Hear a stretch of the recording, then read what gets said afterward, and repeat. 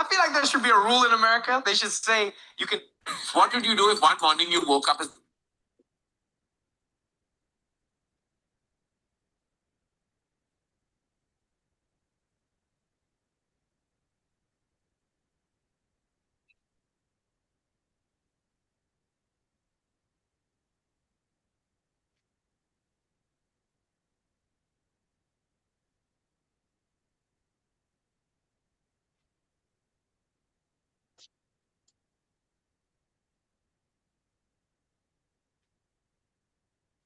So, well, friends,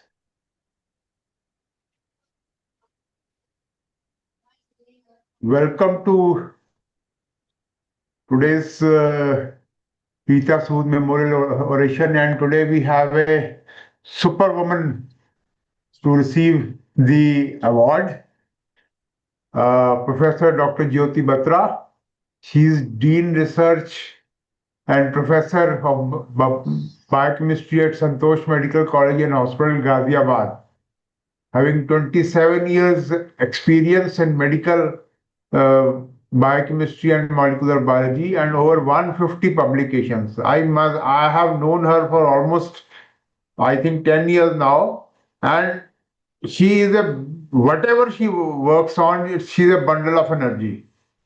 She has a research leadership of 8 extramural and 10 intramural projects. 12 PhDs have gone through her, and uh, she has been in academic leadership since 1998.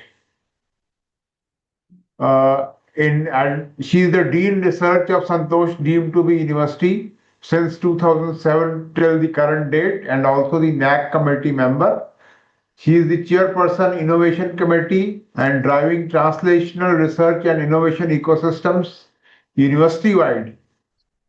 And she's a chairperson of the Biosafety Committee driving biomedical research under strict regulatory guidelines of Government of India, Member Secretary Ethics Committee, uh, and also the PhD program architect. She is a PhD in medical biochemistry from King George Medical University, Lucknow, and also MSc in biochemistry from University of Lucknow, and also postdoctoral fellow from AIMS. She is has received. There was a large list of honors. The notable ones among them are William Harvey Research Award from American Society of Hypertension, UNESCO Chair Bioethics Haifa Award, Research Excellence Award from Santosh University, C.V. Raman Prize from Institute of Researchers in 2023, and S.P. Jain Research Scholar of the Year in 2020. He has 5 patents on AI-based COVID marker analysis and also blood lead level device, cardiovascular disease prediction, COVID-19 detection, stress management system, 15 copyrights, fellowships and memberships of Institute of Scholars and UNESCO Chair of Bioethics and Head Bioethics Unit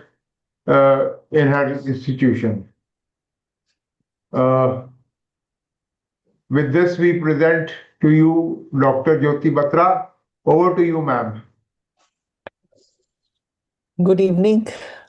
Good evening, Thank you, ma'am. Thank you, Dr. Sanjay, sir, for such a, wonderful introduction. And I am very, very thankful to this MUU platform and to Dr. Tajender Singh, sir, for giving me this opportunity. And thank you, Dr. Sanjay, sir, for connecting me to this platform. And continue. You are the one who is not, forgetting anyone, always remembering. So that's a great thing about you. God bless you. So today it's profound honor to deliver the Dr. Rita Sood Memorial Oration, named for a clinician and educator who embodied the synthesis I intend to speak about today. The clinician and the scientist unified in one purpose. I don't know her personally, but what I have read about her, I was very much, impressed and motivated to choose this topic, the clinician scientist synergy, and specifically how we can weave systematic inquiry into competency based medical education as a mandatory, as mandated by NMC. So I want to begin by asking you a question. When you trained as a doctor, when did you first feel that research belongs to you, not to the PhDs, not to senior professors, to you, the clinician standing at the bedside? And this you can, you know, give me a answer to this if you want to. Anyone wants to say something about it? Otherwise, I'll just carry on. For many of us, that moment never came. I intend to argue today that it must, and that our curriculum is the key. So, what is the challenge here? The vanishing physician scientists, the three cards that you are seeing on the slide, they Please tell a share story. screen. Ma'am, please share screen again. Screen share is gone, sir. Yes, actually, I had shared mine. Na? So I will share my screen. Okay. Yes. 1 second, sir. 1 second.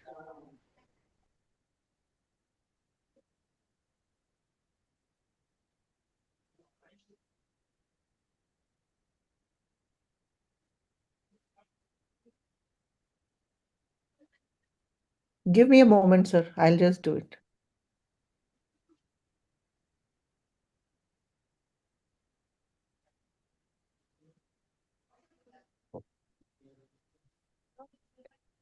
Option A.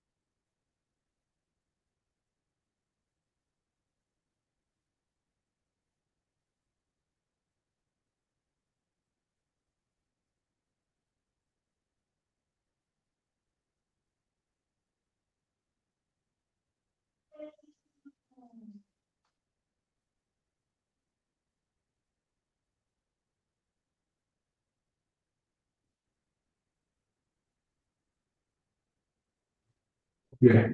Okay, you are offline.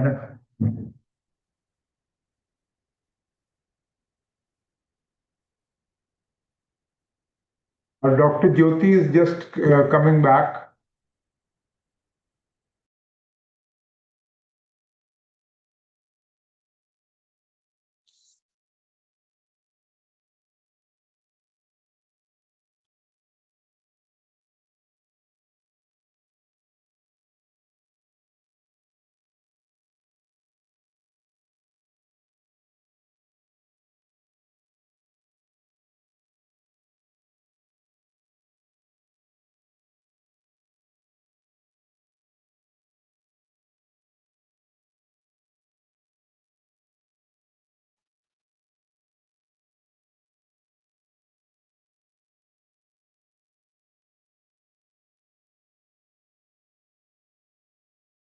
Uh, Hello, sir. Can you enable the screen sharing for me? Hello, Sanjay, Yes, sir. I'm doing it.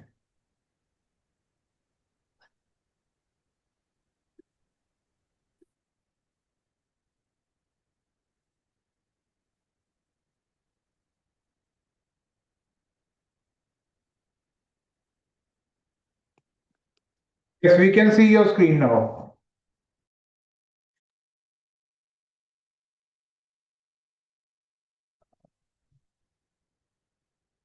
This is the second slide. Yeah, yeah.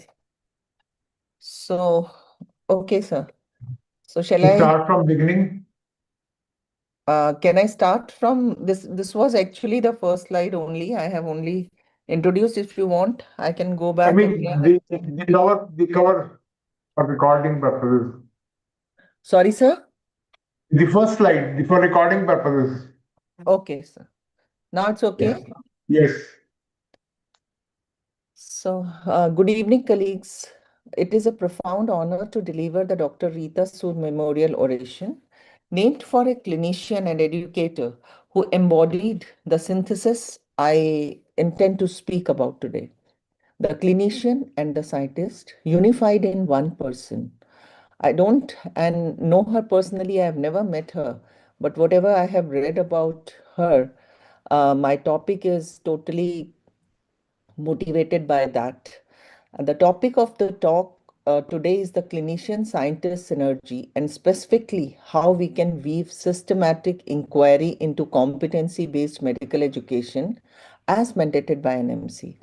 I want to begin by asking you a question. When you are trained as a doctor, when did you first feel that research belonged to you, not to the PhDs, not to senior professors, to you, the clinicians standing at the bedside? So, for many of us, that moment never came because most of us are, so busy in the practice that we never come to that point. I intend to argue today on that it must and that our curriculum is the key.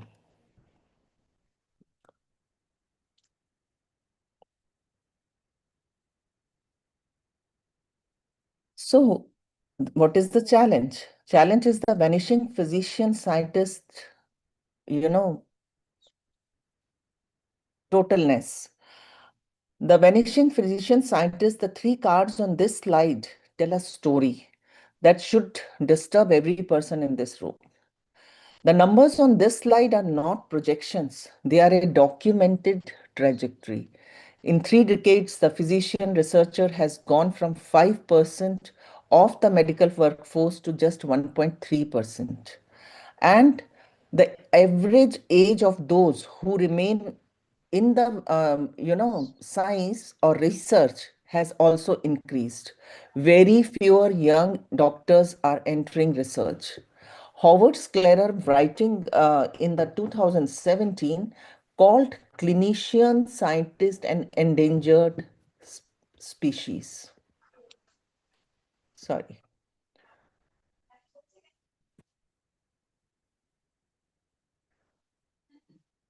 Now, why does it matter to us in a medical college in Ghaziabad or in a university sitting anywhere? Because India's disease burden, tuberculosis, diabetes, cardiovascular disease, cervical cancer will not be solved by bench scientists alone. It will only be solved by doctors who understand both the patient and the evidence. And yet, we are producing fewer of them every decade. I want to explore why, and more importantly, what we can do about it.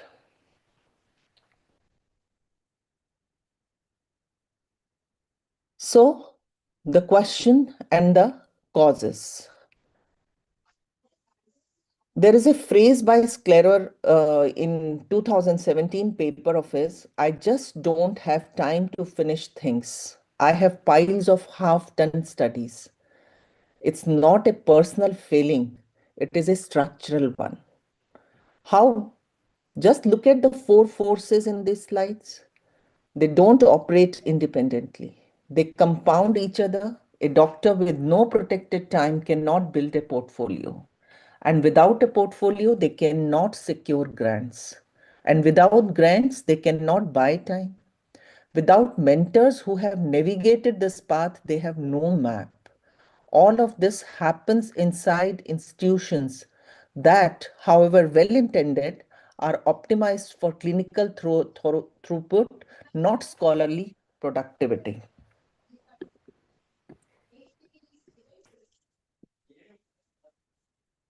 This pipeline is not broken because doctors lack curiosity. It is broken because we built a system that punishes curiosity with bureaucracy. The question is, can a medical curriculum fix what the system breaks? I believe it can. And here is where we begin.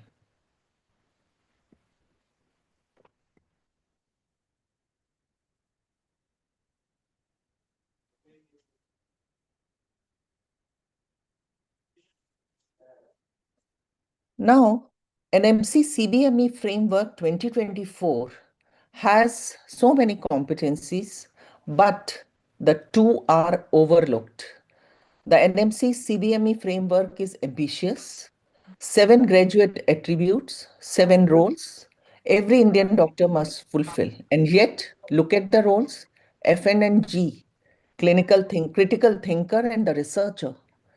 Problem solving in professional practice with the evidence-based challenges, assumption, thinking beyond the textbook. In practice, in timetabling, in assessment, in faculty attention, these two roles are treated as electives. Nice to have, okay, fine, extra credit. The domain of motivated students who pursue research on the side is very less. So there is a challenge of this framing which can be directly hit. A doctor who cannot critically apprise a clinical trial role, which is given here as a critical thinker, cannot safely apply a guideline. They are implementing recommendations they cannot evaluate. And a doctor who cannot generate or interpret evidence, the role which is here in the G, that is researcher, is entirely dependent on what others tell them is the true, and they just follow it. These are not additional competencies. They are the scientific foundation of every clinical decision. Without them, the other 5 roles rest on sand. The question is not whether we should teach F and G. The question is why we are still treating them as optional.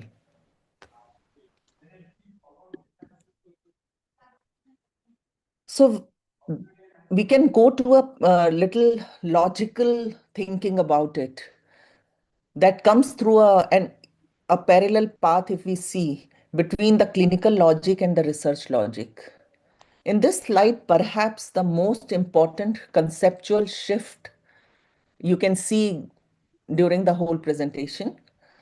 We teach students to think clinically as if clinical reasoning and research reasoning are fundamentally different. However, they are not. They are isomorphic. When a doctor takes a history and develops a differential, that is hypothesis generation. Then, when they order investigation, it is data collection and methodology. When they review results, adjust the management plan and follow up, that is analysis, results, and translation.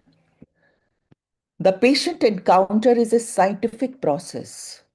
The ward is a laboratory. Every patient is an N of 1 clinical trial. We do not need to teach our students to think differently. We need to help them recognize that the way they already think, what they are at their best, is scientific. And once they see that connection, research stops being foreign and starts being familiar and easier for them. Now, how that can be done? By integrating systemic inquiry. So what is systemic inquiry? Looking beyond the individual patient to understand how complex system, biological, institutional, social, policy-driven shape health and disease outcome. So it means training our students and residents to look beyond the individual patient, to ask not just what is wrong with this person, but what is wrong with the system that this person navigates. So it's entirely a new lens, not a new methodology. 3 dimensions: Disease complexity, because most diseases are multifactorial. Patient care optimization, because healthcare systems and the team dynamics profoundly influence outcome. And research design, because a research question that ignores real world implementation will never reach the patient who needs it. In practice, systemic inquiry means a student who sees a TB patient asks not just about the organism and the drug, but about the 6 OPD visits that preceded the diagnosis, the stigma that delayed presentation, the linked record system that does not exist. Now that student has identified 3 research questions without ever leaving the ward.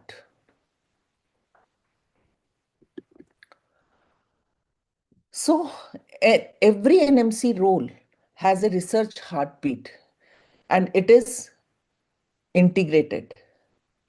Let me show you that systemic inquiry is not a supplement to NMC framework. It is the NMC framework fully realized. Role A, the clinician, compassionate care, requires evidence-based medicine at the bedside. Role B, the leader, health. Leadership means collecting and synthesizing data to the drive decisions. Role C, the communicator. ATCOM is itself a laboratory for presenting findings with clarity and integrity. Role D, the lifelong learner. A journal club that merely reads paper is passive and everybody is listening with a cup of coffee. A manuscript club that produces papers is active. Role F, the critical thinker, differential diagnosis is hypothesis generation. Role G, the researcher, generating the interpreting evidence. Every role has a research heartbeat. What is our job in there as a mentor is to make that heartbeat audible.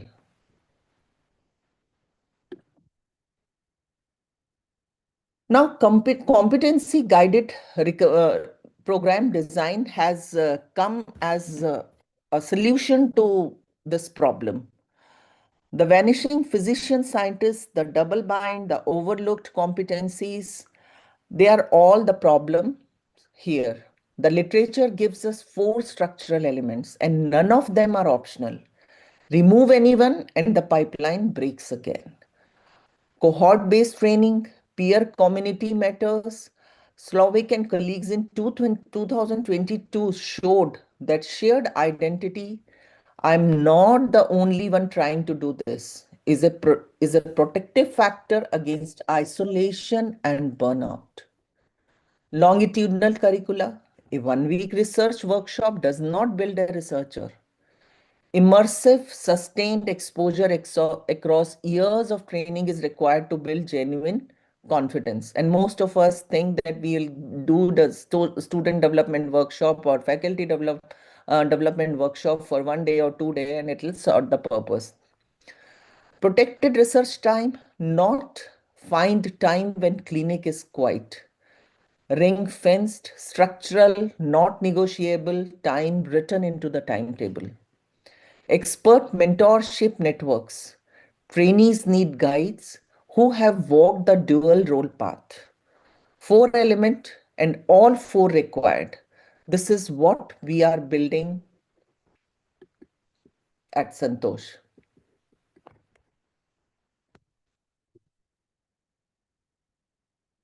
No, I think I have missed one slide.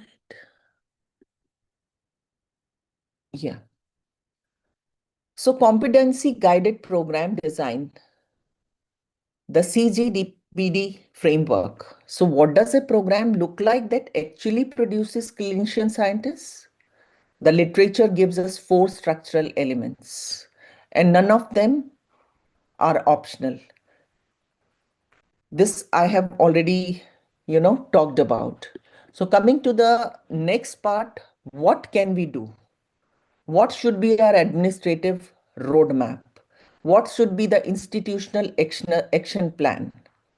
I want to be concrete, not aspirational. These are the 5 specific decisions we have made at Santosh. First, integrated timetabling. SDL hours are now designated for research methodology, structural, not cancelable. Second, streamlined IEC, ethics approval, fast-tracked for observational and medic research. And every quarter we are having IEC meeting just to make this very smooth and fast. A motivated student who waits 18 months will not wait for more than 3 months for the ethical approval. Third, dry lab focus. Systematic reviews and meta-analysis require no laboratory, no equipment, a clinical question, a database, and a statistician, a good library resource, high impact, highly publishable, resource efficient availability is there. Fourth, and the not fourth point is faculty FDPs, because until or unless we'll train the trainers, this is not going to be successful. So training trainers in RevMan, Stata, reference management. You cannot build a research culture without faculty equipped in the tools, and that's a very important point. All of us have to accept that without any kind of ego inside us. Fifth, incentivization. That is the must and very important part of this. Institutional awards for collaborating UGPG publication. What gets celebrated, of course, gets repeated. Then a second strategy, from classroom to clinic to lab. We call it practical integration strategies. The 3 strategies on this slide are not theoretical, they are curriculum decisions. Case-based learning with a system lens, research projects with real-world impact, and interdisciplinary seminars. Each represents a shift in how we use existing structures, not the new structures. No new laboratories, no new budget lines, no new faculty, just different questions asked in the rooms we already have. Let me take each strategy in turn.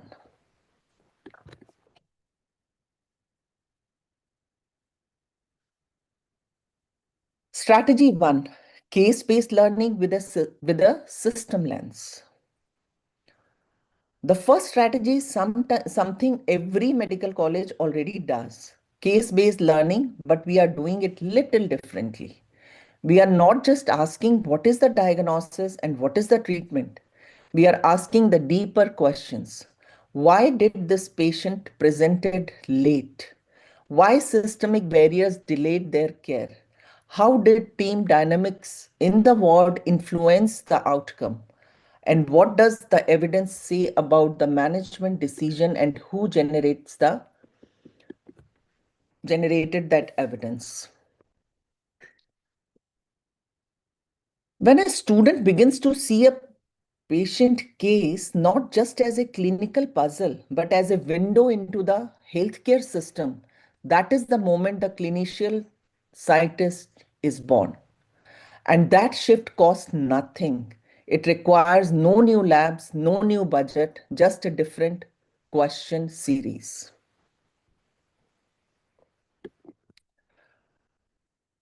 Then what happens?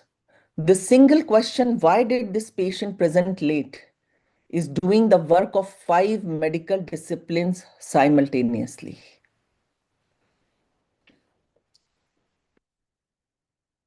Epidemiology, delay patterns across populations, health system research, gaps in care continuity, ATCOM, stigma and social determinants, health policy program, reach failures, and quality improvements, system redesign opportunities.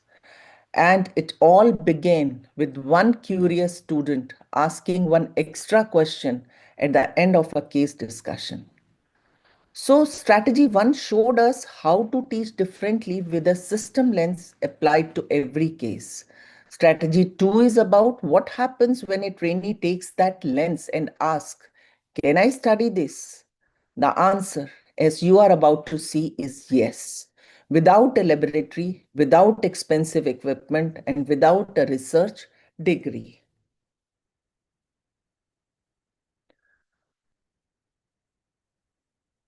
We now move into the second of our 3 implementation strategies, research projects with real-world impact. All that is required is a clinical question for this and the training to pursue it. Now, how it is done? After strategy 1, strategy 2 comes, that is research projects with real-world impact. The second strategy is about giving our trainees research that matters. We encourage students and residents to design projects that directly address the healthcare challenges they see every day in our wards, our OPDs, our ICUs, not abstract bench experiments disconnected from patient reality, but observational studies, systematic reviews, educational research, and quality improvement projects that close the loop between discovery and application. When a student publishes a case report or a meta-analysis born from a real clinical question they encountered, something shifts in them permanently. They understand viscerally that their observation has value. Their question matters. Their data can change the practice of medicine. And once a young doctor feels that, once they truly feel it, you will never lose them to apathy about research again.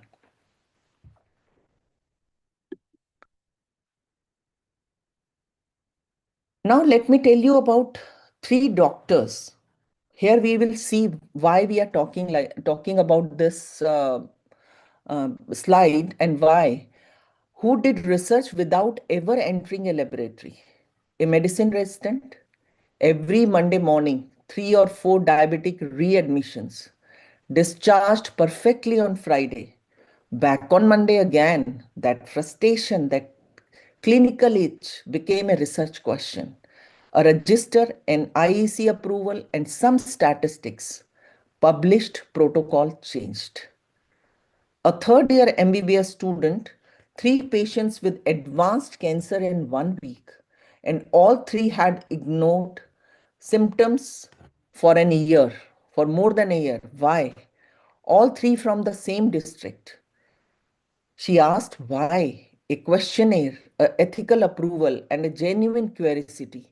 No lab, no microscope, no grant. A surgical resident, post-op wound infection seems higher in patients from lower socioeconomic background. He was not sure, was it real or was it bias? He looked at the data, it was real. He published, surgical care improved. So as you can see that none of these required a laboratory. All of them required one thing, a clinician who noticed something, asked a question, and refused to let it go. The most important research instrument a doctor owns is not a PCR machine. It's the question they ask when something doesn't make sense at 3 a.m. on a night shift.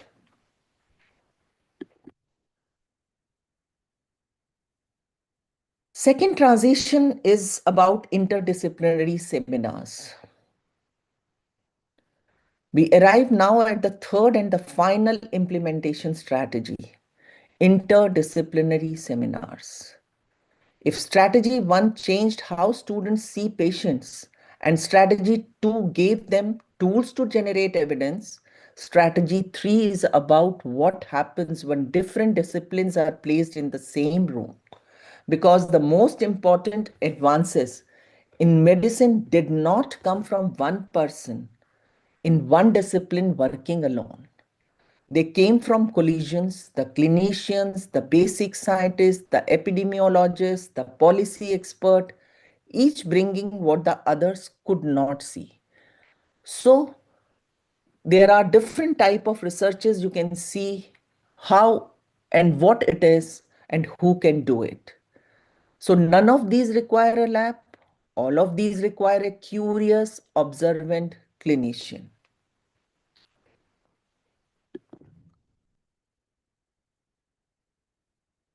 Now, interdisciplinary seminars are also helping in this. The third strategy is perhaps the most powerful and the most underutilized in medical education, interdisciplinary seminars, which we have started. We bring clinicians, basic scientists, health policy expert, and healthcare system leaders into the same room, not in separate silos, but together. Because that is what the real world looks like.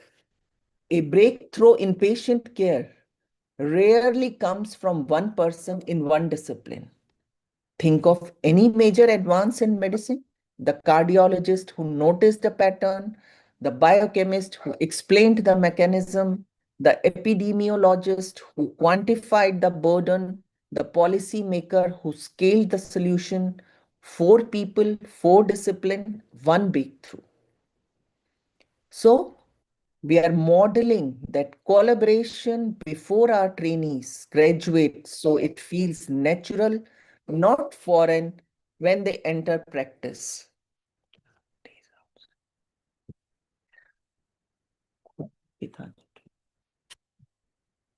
Now, I will just go to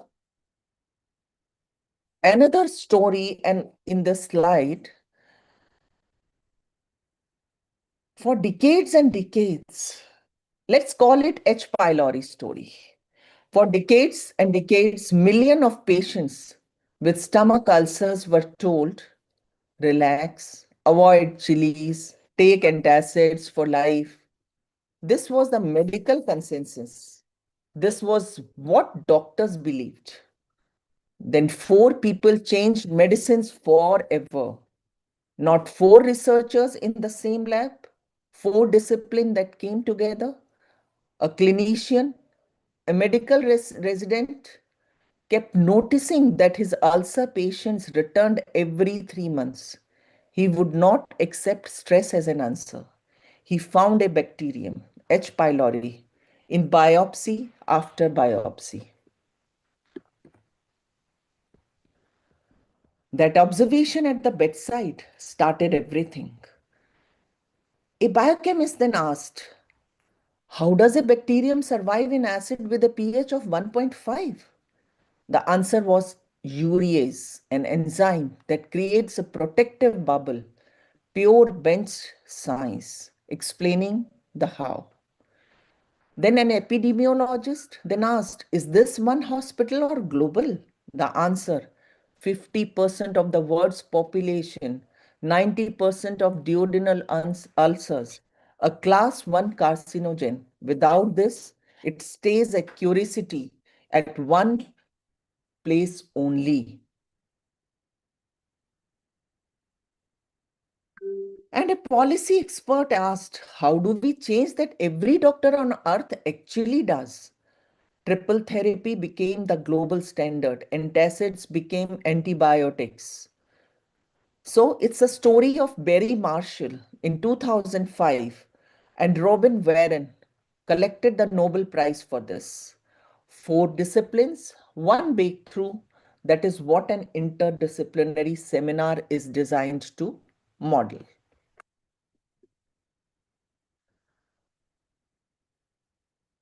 So how we are implementing this into Santosh at Santosh? We have now seen all three strategies: systems, lens, case-based learning, impact-driven research projects, and interdisciplinary seminars. The natural question is, are these merely frameworks from the literature or are they actually being implemented? What follows is not a proposal, it's a report.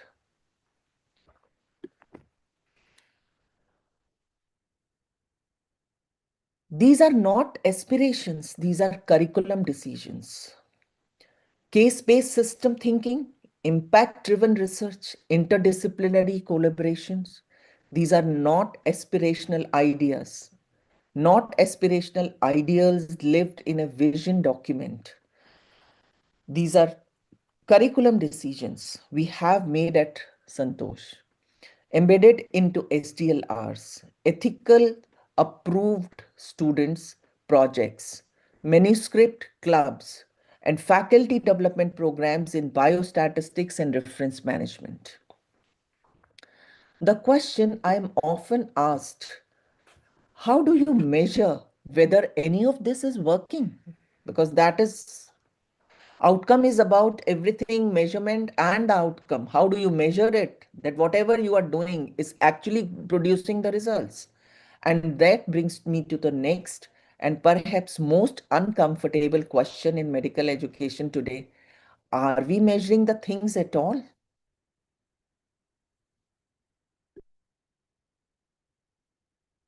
So we have to do a little measuring beyond the traditional metrics.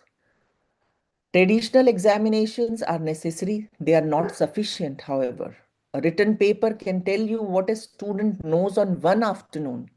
It cannot tell you whether they have developed a scientific identity. It cannot capture the curiosity that drives a resident to re-examine a clinical pattern at midnight. It cannot measure whether a student sees themselves as a researcher, not just a clinician. The framework on the right gives us four richer instruments: research and career confidence, longitudinal part, scientist self-identity scale, and faculty observational evaluations, and publications and project output metrics. So, what is research and career confidence, which I will be talking about the longitudinal part? Traditional assessment takes a photograph. Longitudinal tracking makes a film. If you measure a student's research confidence once, at the end of their training, you see a number. You do not see the journey. You do not see where they started, how far they have come, what changed them. Longitudinal tracking means we measure at entry, mid-training, and exit. And what we see consistently is a trajectory. At entry, students say research is not for me. I have come here to do the MBBS degree or BDS degree or whatever. At exit, after STS projects, manuscript clubs, PG workshops, intramural funding, they say, I have published. I can design a study. I see this as part of my career. This trajectory is the evidence that your program is working, not a final exam score, a transformation over time. And what is about scientist self-identity scale? We have taken it the reference from Solvik et al. 2022. There he has given us something medicine has never had before, a way to measure not what our students know, but who they are becoming. The scale asks a simple but profound question. Does this trainee see themselves as a scientist or just as a clinician who occasionally does research? Because here is what the evidence shows. Skills fade when not used. Knowledge becomes outdated, but identity is remarkably durable. That never goes. A student leaves Santosh knowing how to run a regression is useful. A student who leaves Santosh believing in their bones that they are both a healer and a scientist. Faculty observational evolution, which we have talked in the previous slides. We have taken a reference of Thai et al. 2026 here. They have published and gave us a framework for something every good teacher already knows intuitively, but has never been able to quantify. A faculty member who watches their student every day for 6 months sees things that no exam can capture. They see the student who stays afterward after ward rounds to ask one more question. The resident who brings a journal article to back up their management decision. The intern who notices a pattern in 3 consecutive patients and asks, is this worth studying? These are not things you can put in a multiple choice test. Then publication and projects output metrics. And finally, the most visible metrics of all, what actually gets produced. I want to be clear about what this list represents. These are not research types we aspire to produce someday.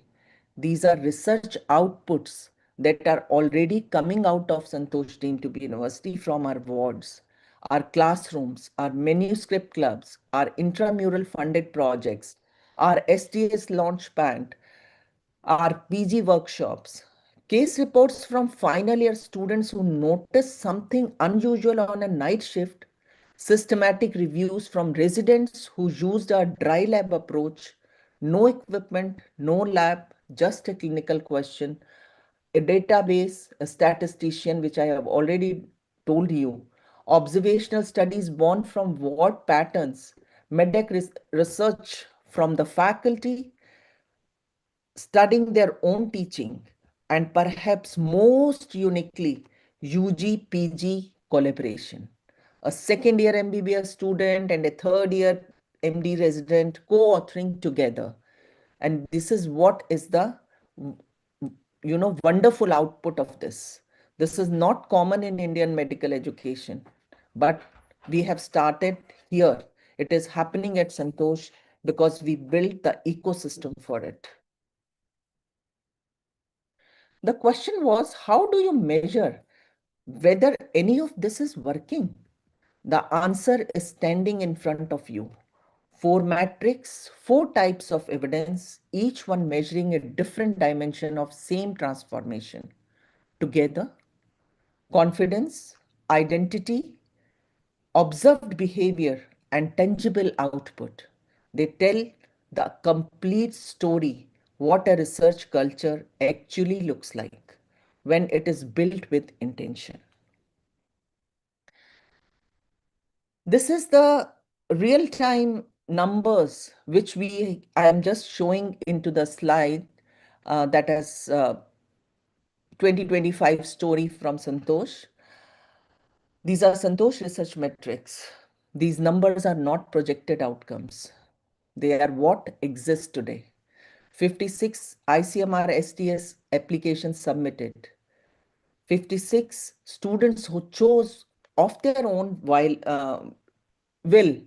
to develop a research question, write a protocol.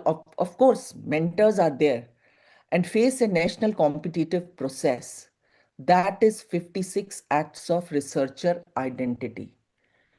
And 25 UG intramural projects completed and few are in progress because we decided that an ICMR rejection is not the end of the student's research journey. It is beginning of ours. We have launched a STS pad where we train the students for first year MBBS to go for this STS applications. And as the year is passing, we are having more and more number of students having these applications submitted. 25 UG intramural projects are also completed. And for that, we have in a way told our students that STS ICMR is not just the end. We are there to support you. We are there to give you that research ecosystem and mentorship, which probably because of some reason you could not get from STS ICMR.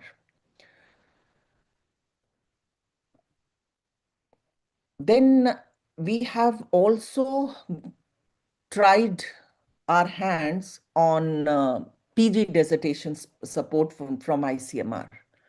And you won't believe our 65 PG dissertations applications were submitted, and out of that 15 were approved also, because postgraduate students who had abundant projects are re-entering.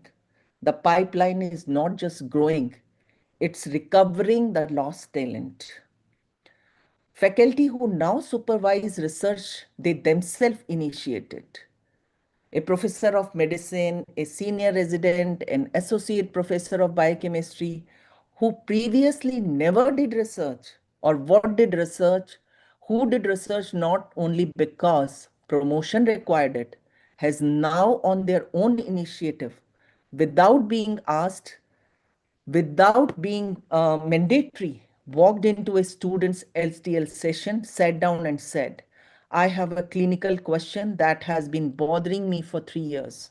I think we should design a study around it. Will you work on it with me?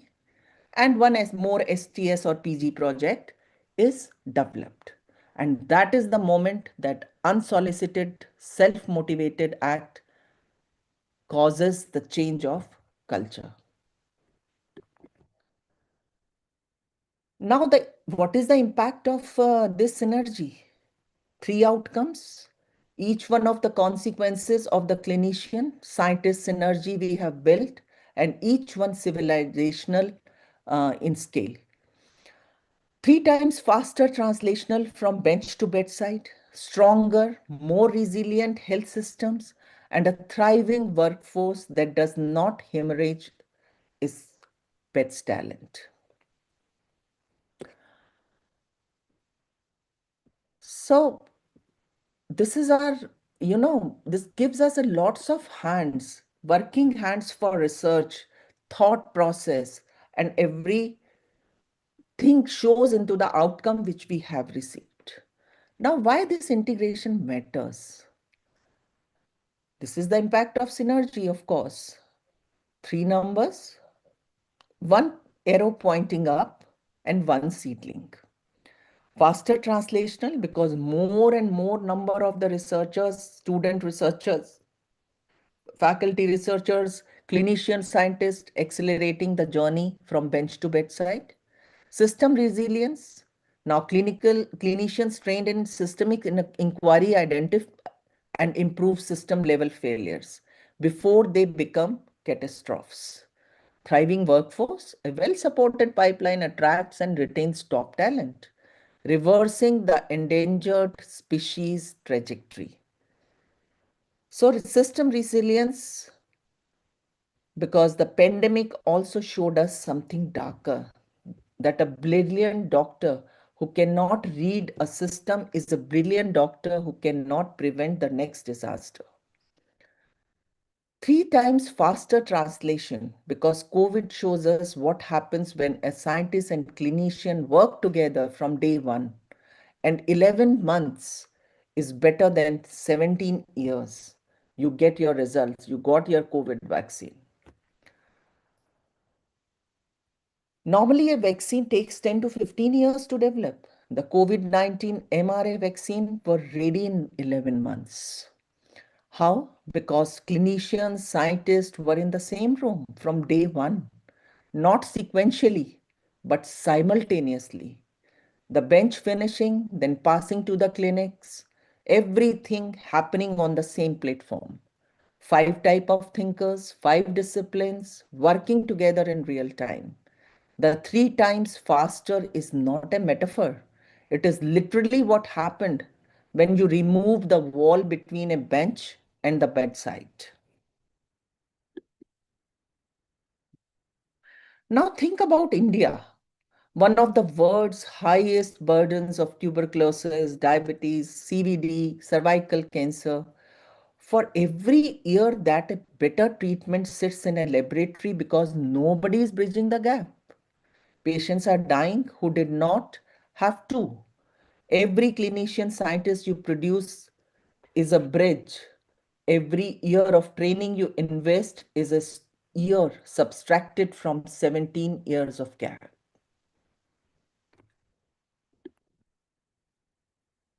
Let me tell you about 2 hospitals. Same country, same pandemic, same second wave. Hospital A had brilliant doctors. They treated every patient in front of them with skill and care, but nobody was tracking oxygen consumption patterns across the wards. Nobody had done a quality improvement project on supply chain vulnerability. When the second wave hit, they ran out of oxygen in 48 hours. Patients died, not from COVID, from a system failure that was visible in the data weeks before it had happened. However, Hospital B has one difference. One resident, 6 months before the crisis, has done a quality, you know, observational research and improvement project on oxygen utilization. The data showed a vulnerability. Management acted. When the second wave came, they had 3 times their normal oxygen reserve. Not one patient died from oxygen shortage.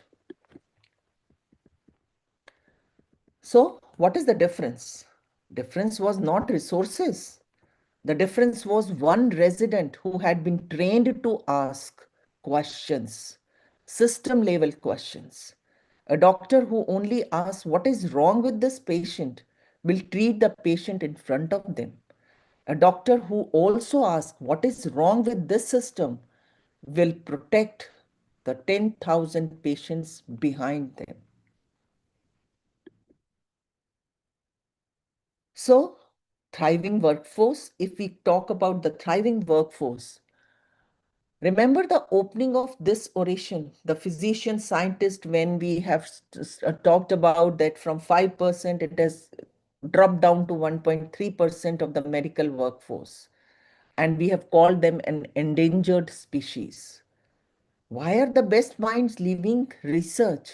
Not because they stopped caring, because the system made it impossible for them. No time, no mentorship, no funding, no recognition, no community.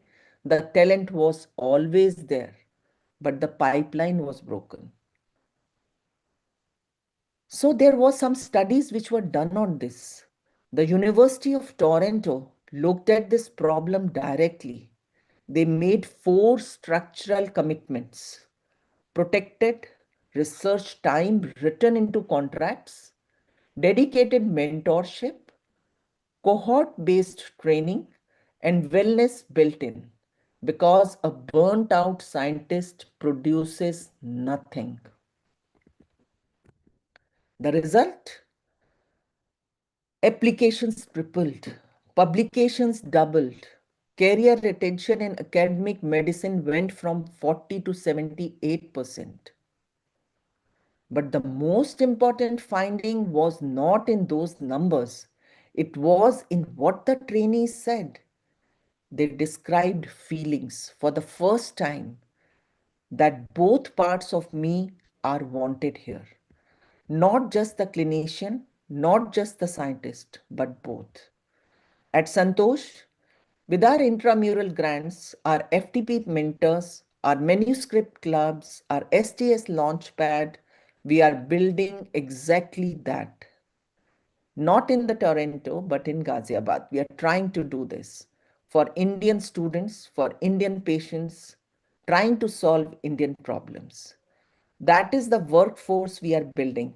And that workforce, once built, changes everything. And one very important part, like we incentivized our faculty as well as students really well.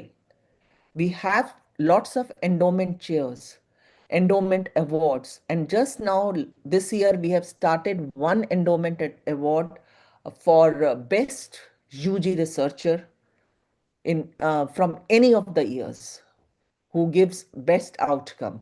So there are some screening points. We just mark them and they get that. And watching their peers, getting that kind of award, that kind of recognition during one convocation, other students are very much attracted to the fact. And you know, they are showing interest to be mentees for them.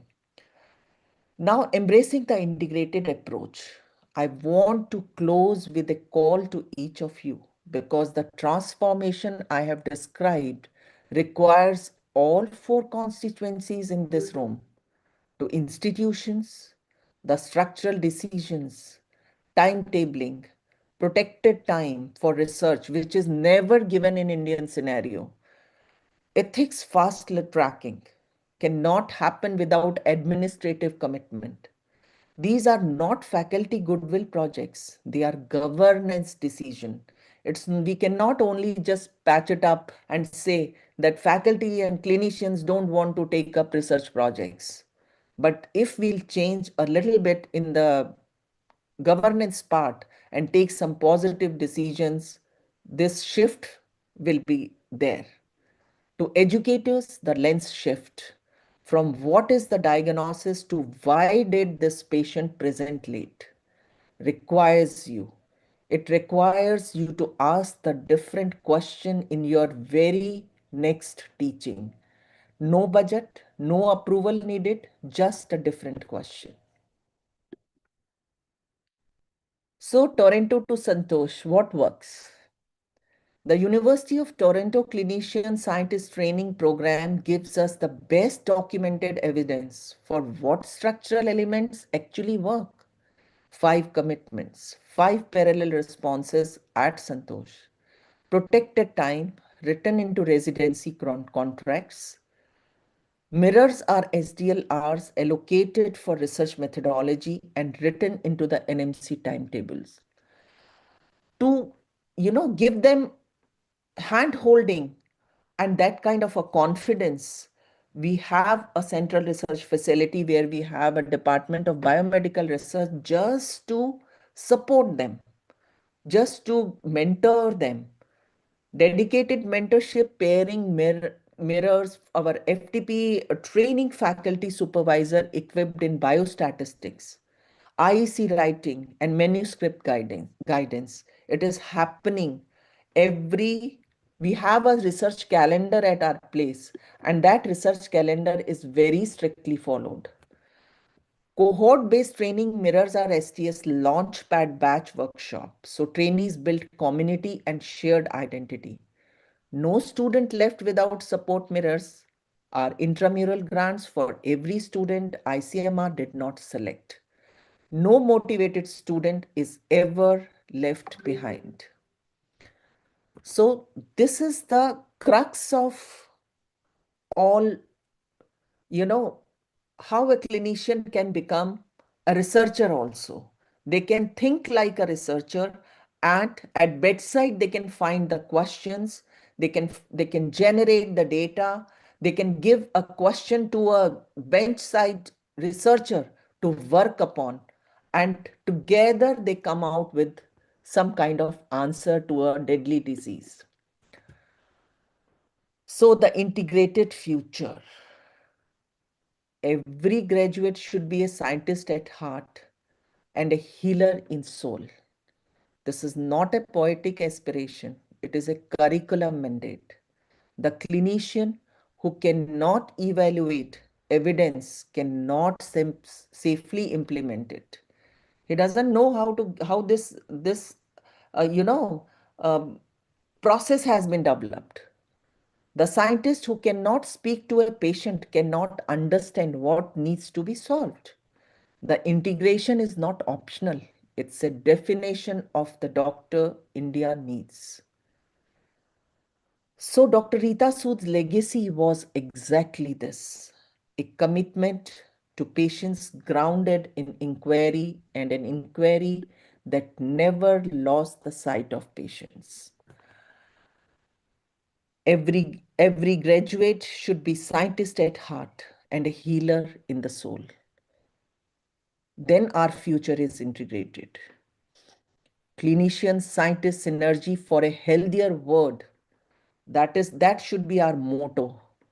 Thank you everyone for giving your patient listening to this. That is all I have to say. I will close this oration with this slide. Thank you so much. Thank you, Dr. Jyoti, it was very heart, coming something from your heart, and I'm sure it must have uh, touched the hearts of all the participants. So we at MEU India, we are very grateful to you, and proudly we present to you this session.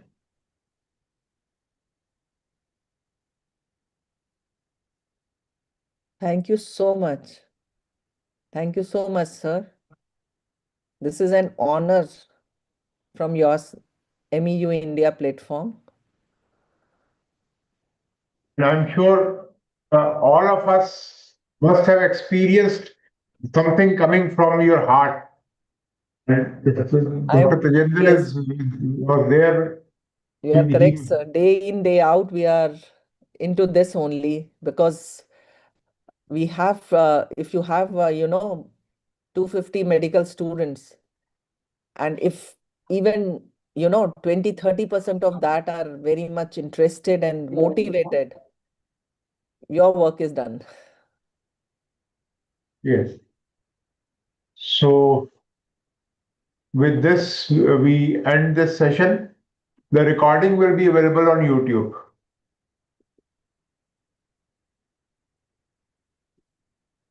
Yes. Thank you, sir.